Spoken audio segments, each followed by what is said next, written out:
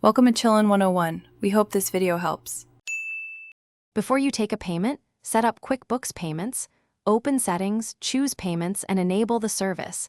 Enter your legal business name, IN, and address for verification.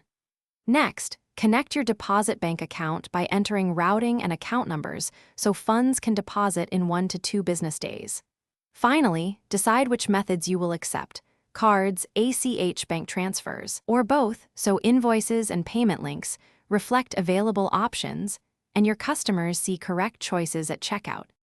Create a detailed invoice. Add the customer, item descriptions, quantities, unit prices, and exact totals, then set the due date in mm/dd/yi format. Under Payment Options, select Accept Online Payments and choose Card, Etch, or both.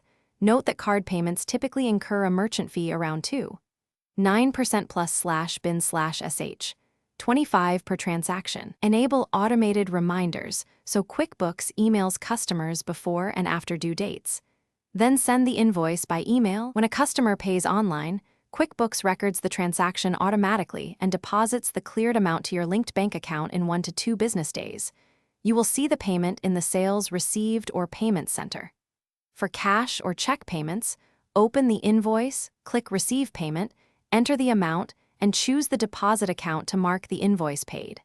To refund a customer, locate the original payment in Payments, issue the refund to the same card or ACH, and reconcile deposits to your bank statement monthly to ensure accuracy.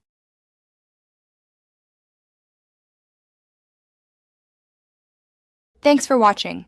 Consider subscribing if we helped you.